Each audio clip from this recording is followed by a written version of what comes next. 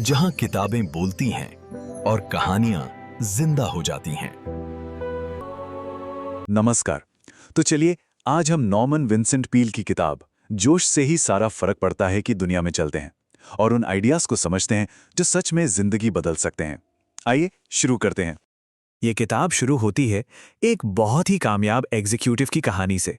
सोचिए, एक ऐसा इंसान जिसके पास सब कुछ था, लेकिन फिर भी वो अपनी ही जिम्मेदारियों के बोझ तले दबा हुआ, फंसा हुआ महसूस कर रहा था। और पता है, ये एहसास सिर्फ उसी का नहीं था। असल में बहुत से लोग एक बोझिल, एक साधारण सी जिंदगी को ही अपनी सच्चाई मानकर जी लेते हैं। उन्हें लगता है कि शायद वो इससे ज्यादा के हकदार हैं ही नहीं। लेकिन फील कहते हैं कि सिर्फ एक ऐसा गुण है जो जिंदगी को इन गहरी घाटियों से निकालकर सीधे कामयाबी की चोटी पर ले जा सकता है, और वो गुण है उत्साह, यानी कि जोश। पील का मानना है कि सालों तक लोगों को देखने और समझने के बाद एक बात बिल्कुल साफ हो जाती है। जिंदगी में सबसे ज्यादा कामयाबी उन्हीं लोगों को मिलती है जो हमेशा जोश से लबरेज रहते हैं। इसका एक बहुत ही जबरदस्त उदाहरण है एक युवा लड़की की कहानी जिसे मिस नोबडी कहा जाता था। उसकी खुद के बारे में सोच ही यही थी कि वो कुछ भी नहीं है, लेकिन जिस पल उसने ये मानना शुरू किया कि वो ईश्वर की संतान है, उसकी पूरी दुनिया ही बदल गई। उसका सोया हुआ जोश जैसे अचानक जाग उठा। और इसी शक्ति की बात माने हुए उद्योगपति चार्ल्स श्वाब ने भी कही है कि जुनूनी तो सफलता का असली ईंधन है। जैसे एबोनी मैगजीन के फाउंडर रॉबर्ट जॉनसन की कहानी, वो सिर्फ इसलिए सफल हुए क्योंकि उस प्रोजेक्ट के लिए जो जोश उनके अंदर था वो किसी और में था ही नहीं।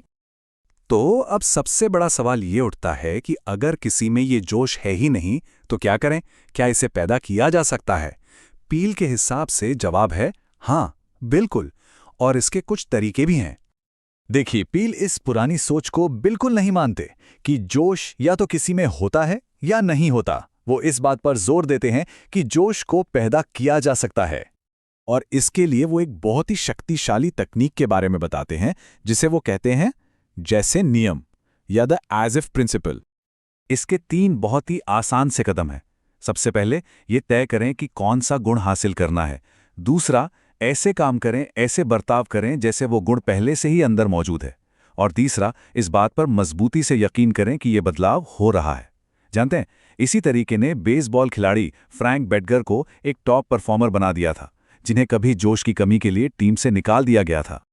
अच्छा, एक और कमाल की तकनीक है जिसे पील मानसिक वायु संचार कहते हैं। ये रोजाना अपने मन को नेगेटिविटी से, यानी नकारात्मकता से साफ करने का एक प्रोसेस है। जरा सोचिए इसके बारे में। ये एक तरह की दिमागी सफाई है। आप दिन भर के सारे अफसोस और निराशाओं को जानबूझकर इकट्ठा करते हैं, उनसे जो भी सबक मिलता है वो सीखते हैं और फिर उन्हें एक दिमागी पोटली में बांधकर अपनी चेतना से बाहर फेंक देते हैं। इससे होता यह है कि मन में जोश के लिए एक नई ताज़ी जगह बन जाती है। और जब इन तकनीकों को रोज प्रैक्टिस किया जाता है ना, तो ये सिर्फ थोड़ी देर के लिए अच्छा महसूस नहीं कराती, ये असल में किसी की भी जिंदगी को जड़ से बदल सकती हैं। इसका एक बेहतरीन उदाहरण है हैरी सिम्पसन की कहानी। वो एक ऐसा इंसान था जो हर चीज को लेकर इतना निराश था कि लोग उसे लेस कहकर बुलाते थे, क्योंकि उसे किसी भी चीज की परवाह नहीं थी। लेकिन फिर एक दिन उसकी मुलाकात कुछ ऐसे लोगों से हुई जो सच में असलियत में जोश से भरे हुए थे। उन्हें देखकर उसके दिमाग में पहली बार एक सवाल आया, इन लोगों के पास ऐसा क्या है जो हमारे पास नहीं है? बस यही वो पल था जहां से उसके अंदर बदलाव की शुरुआत हुई। और ये बात हमें थोरो के एक बहुत ही गहरे विचार तक ले आती है, जिसे पील बहुत महत्व देते हैं कि बूढ़ा होना उम्र के सालों से नहीं बल्कि जोश के मर जाने से होता है। तो आखिर में ये किताब हम सबके लिए एक बहुत जरूरी सवाल छोड़ जाती है। जिंदगी की इस बड़ी सी कहानी में किसी का जोश असल में है कहां और उसे वापस कैसे पाया जा सकता है?